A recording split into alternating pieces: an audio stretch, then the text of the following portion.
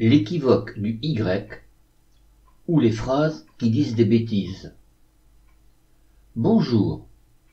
En préambule à ce qui suit, tous à vos grammaires. Mais ne fuyez pas, sinon vous ne comprendrez rien à l'histoire qui suit.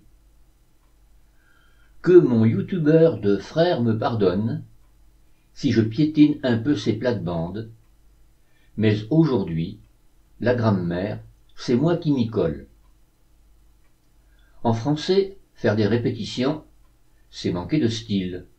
On ne dit pas « je ne trouve pas ma montre »,« je cherche ma montre depuis ce matin ». Je ne trouve pas mon téléphone, je cherche mon téléphone depuis ce matin. Je ne trouve pas mes gants, je cherche mes gants depuis ce matin. Il existe pour nous aider des petits mots bien pratiques qui s'appellent des pronoms. Ils viennent à notre secours pour éviter les répétitions et alléger les phrases. Si vous parlez comme moi, vous dites « Je ne trouve pas ma montre, je la cherche depuis ce matin ». Je ne trouve pas mon téléphone, je le cherche depuis ce matin. Je ne trouve pas mes gants, je les cherche depuis ce matin. Nous remarquons que ces pronoms sont différents selon qu'ils représentent un mot féminin ou masculin, singulier ou pluriel. Eh bien, les Savoyards ont-ils jugé que cela était trop compliqué?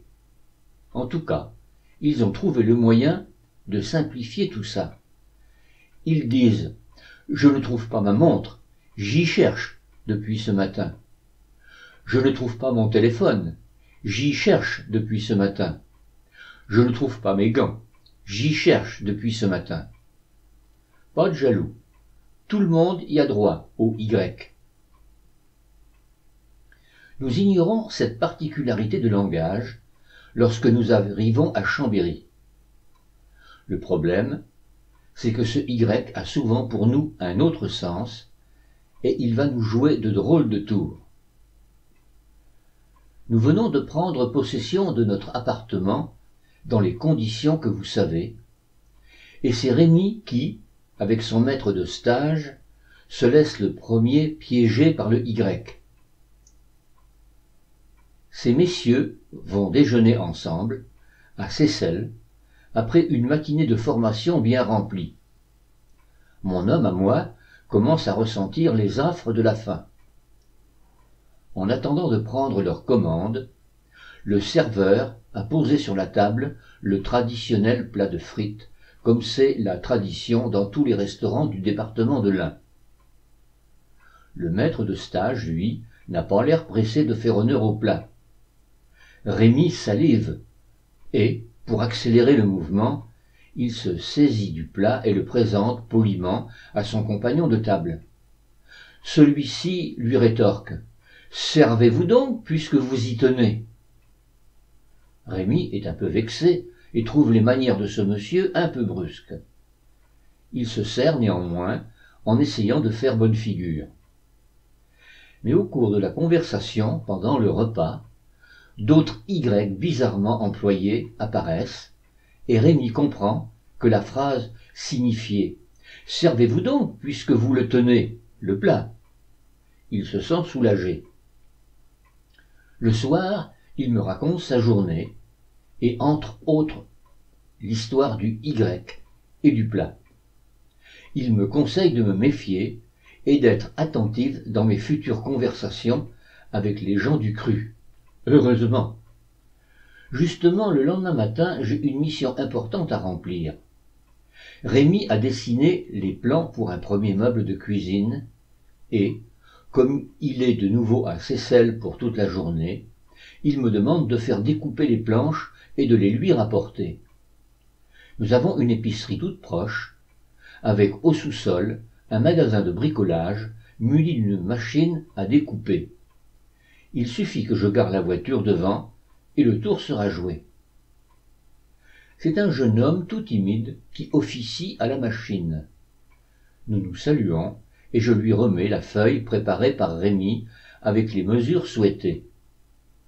Au fur et à mesure de la découpe, il entasse les planches dans un coin du magasin, pas trop loin de l'escalier qui mène à la caisse. Quand il a terminé, je m'avance, avec mon ventre prédominant, car je vais bientôt entamer mon 9e mois de grossesse, en direction du tas de planches, en me demandant si je vais les monter en une ou plusieurs fois.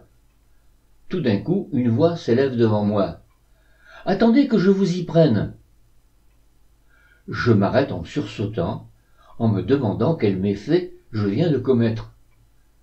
Puis la mise en garde de Rémi me revient à l'esprit, et je traduis mentalement. Ah oui, il veut dire que je vous les prenne, les planches. Je me retourne alors vers lui pour accepter son aimable proposition, mais il a vu mon sursaut, et c'est lui maintenant qui se demande ce qu'il a dit de mal. Alors, tout rougissant de m'avoir fait peur, il explicite sa pensée. Il tend ses 2 bras en avant, comme s'il portait une charge, et, en me regardant tout en montrant l'escalier d'un mouvement de menton, il précise « Vous voulez que je vous y monte ?» J'ai du mal à garder mon sérieux. Je dis « Oui, volontiers, merci ». Et c'est bien le tas de planches et non moi qu'il prend dans ses bras. Ce ne fut pas ma seule difficulté linguistique à Chambéry. La première fois que je demandai à la caissière si elle pouvait me donner une poche, elle me regarda avec des yeux tout ronds, et il fallut un certain temps avant qu'elle ne me proposât un sac en papier.